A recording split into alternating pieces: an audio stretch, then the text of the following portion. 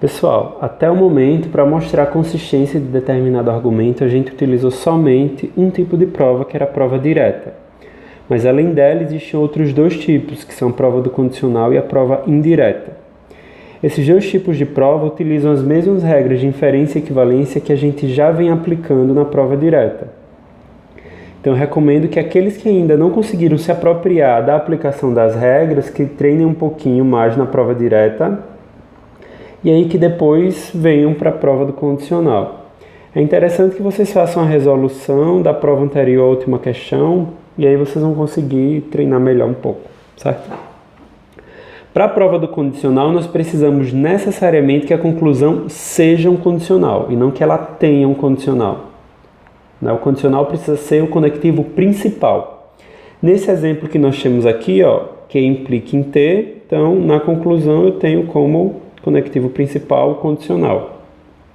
Essa prova ela se alicerça no princípio da Vera Fischer, ou seja, que a única possibilidade de um condicional ser falso é se verdadeiro implicar em falso. Então o que é que ela diz? Olha, então eu vou pegar o antecedente, o que vem antes da seta, e tomá-lo como verdade, e se isso acontecer, o consequente, ou seja, aquilo que vem depois da seta, também vai ser verdade. Se eu achar esses dois casos, eu tomo o antecedente como verdade e acho o consequente como verdade, então eu cheguei à prova daquilo que a gente tinha na conclusão.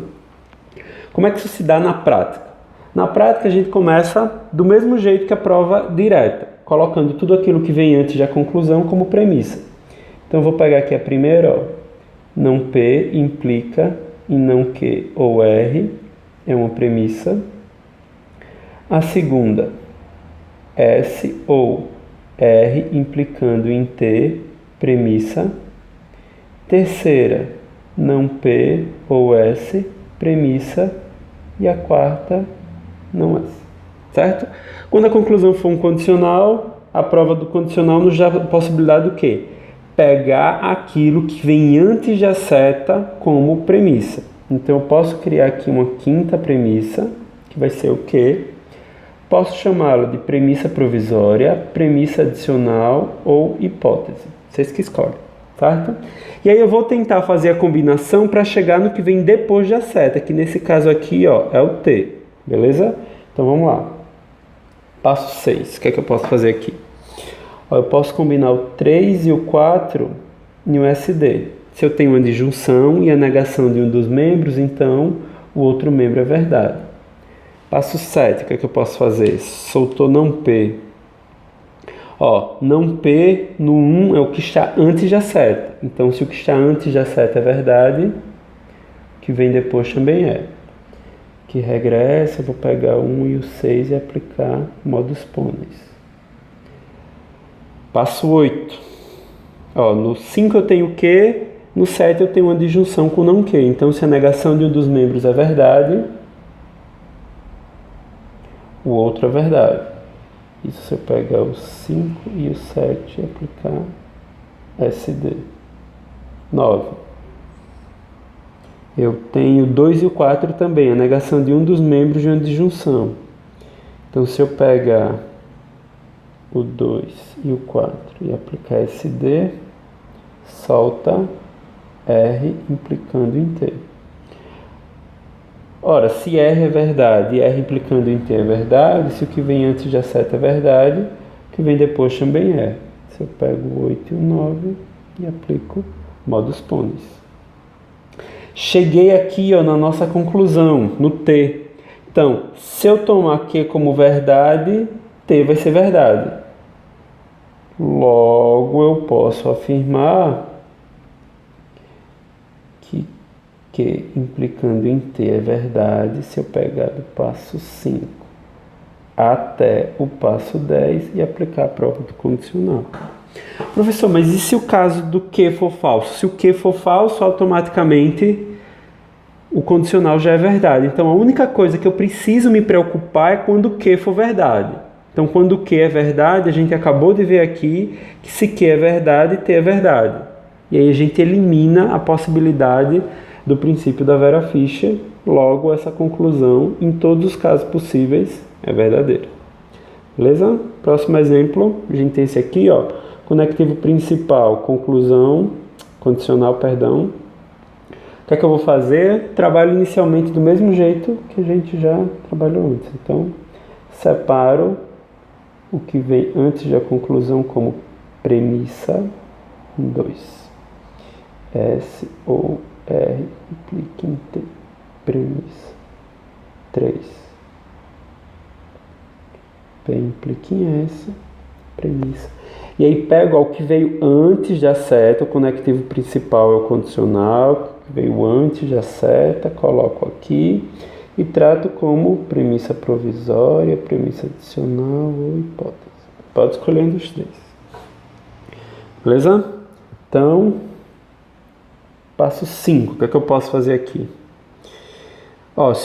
Se a negação do que está depois da seta é verdade, então a negação do que está antes também é. Passo 3 e 4, a regra é modus tollens. 1 e 5, se o que está antes da seta é verdade, o que está depois também é. 1 e 5, modus ponens.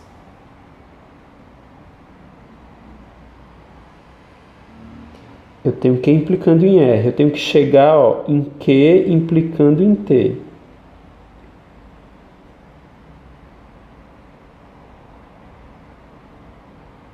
Então vamos lá. Q implicando em T. Eu tenho no passo 4 a negação de um dos membros da disjunção. Então eu posso chegar aqui, em 2 e 4, SD. Se a negação de um dos membros é verdade, então o outro membro é verdade. Ora, se Q implica em R e R implica em T, então Q implica em T. Como é que eu sei disso? Se eu pegar o passo 6 e o passo 7 e fizer um SH. Cheguei aqui no consequente, no que está depois da seta. Se eu cheguei no consequente, então eu posso afirmar que não é S implicando em Q implicando em T é verdade. Como é que eu sei disso?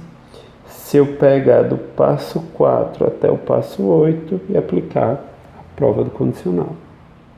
Beleza?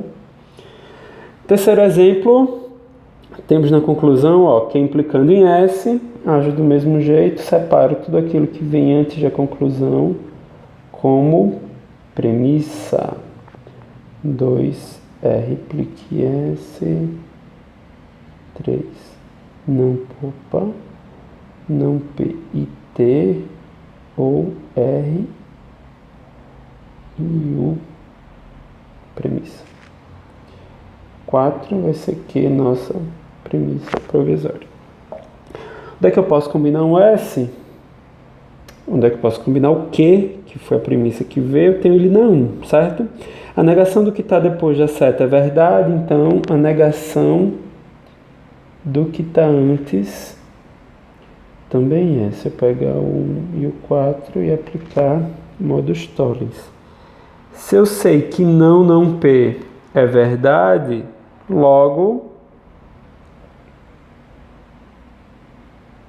6, P é verdade.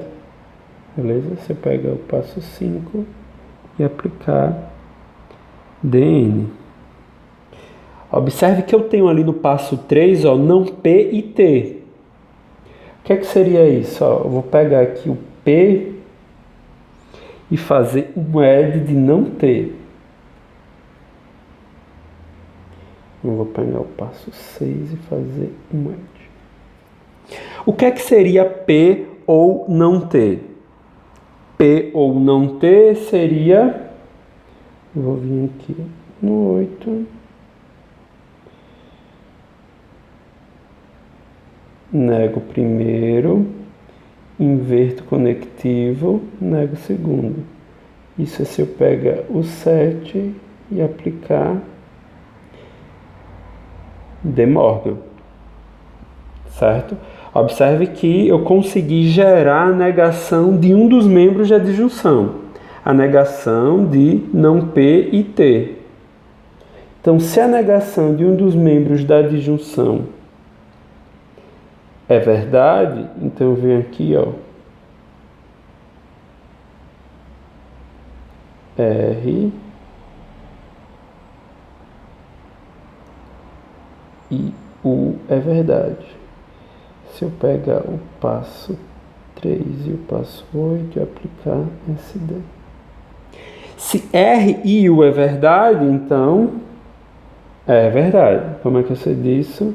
Se eu pegar o passo 9 e simplificar ele. Quando soltou o R, observe que na 2 R implica em S. Então, se o que está antes de A7 é verdade, o que está depois também é. Como é que eu sei disso?